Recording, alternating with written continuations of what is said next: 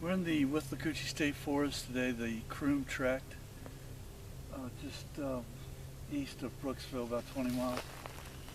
This whole area was in the late 19th century, early 20th century, a turpentine lumbering area. In small towns, Croom, Rydell, I can't even think of all, Richland, all of these small towns, which were essentially camps, like the mining camps of the Old West, sprung up in these areas to work for the people who came down here to extract the natural resources, which in those days were turpentine, always want to throw an M in there for some reason, and lumber. The forests were rich and virgin in those days. Towards the 1940s, those people were long gone. This area was a cattle ranch. PK Ranch in particular owned and ran cattle throughout an area bigger than, it's possible to imagine in today's configuration of suburbs, where we have just houses everywhere. We're in the middle of the forest, which is in the middle of a suburban sprawl. One of the cool things that we found a few years ago in exploring in this area is this old windmill. They used it to extract water. We're on a hill, as you can see. This is look around. Everything goes down from here. We're on a hill. Obviously, if you want to have a windmill that relies on wind, you want to put it in the highest possible place you can. In those days, this would have been barren. This would have been clear, completely clear area. It wouldn't have been any trees. So the guys in the 40s built this windmill to act as a pump up the water. And of course, all through here, this windmill is just amazing in its own right, but all through beneath here, there's all sorts of detritus or detritus, as I've been told it's pronounced, of that operation, cattle operation. You would have had a farm out here. Not far from here, a couple hundred yards that way, there's the remains of an old pen. Must have been a hog pen or cow pen or something, or maybe sheep or goats.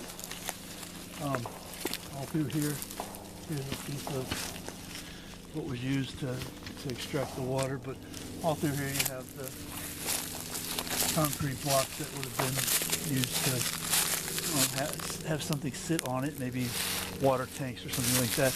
That in through there may have at one point been a water tank. Certainly it's a container of some kind.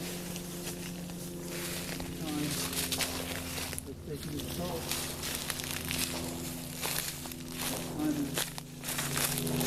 What to do, you look around the landscape and you know what you're looking for. You can see these old posts. These are not Lowe's or Home Depot posts, 6x6s. These are more like 8x8s that were hewn from the lumber here. And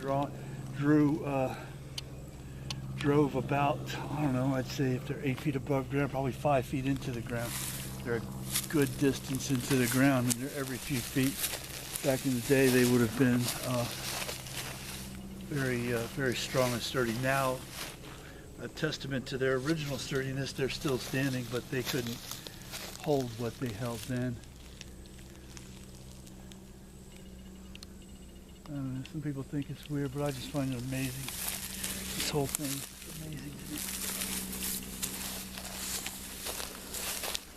Because I'm a guy walking around with a stuffed kid around his back, so it shows you where my head's at. And under here, there's some more of the same. None of these trees would have been here then. This would have been completely open land. The only feature of the landscape that remains from those days are those posts and the configuration of the land. And these posts in particular were not just for fences, these would have been used for pins. Watch this step going through here.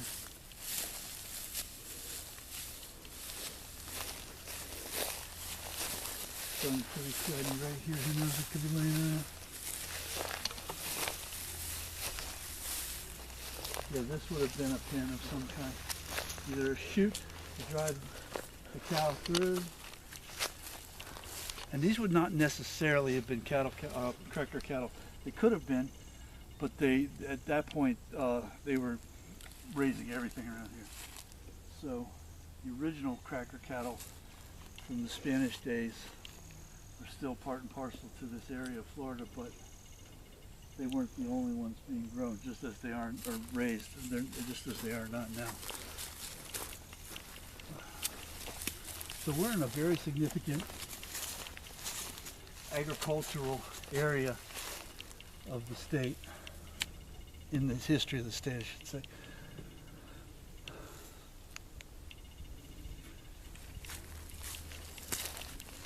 One time this would have been a hub of activity.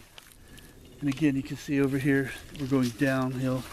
We're on a hill, everything is downhill from here.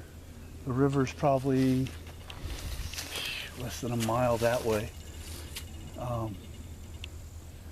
So what they couldn't float down the river, they would have gone over here. We're probably another less than a mile to the old railroad bed that ran up until the 80s. So all during that time that we're talking about, from the late 19th century all the way up to the late 20th century, you would have had industry through this forest. Now it's just it's a haven for animals and a respite for people like us that got to get out of the city for a while. All kinds of fresh tracks, deer, coon. Not seeing hog through here, but we've seen hog evidence everywhere on our way down here.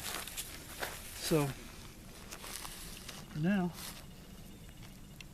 on behalf of the lovely research assistant and the Florida Explorer, we are going to pack it in and go somewhere else and find some more cool stuff.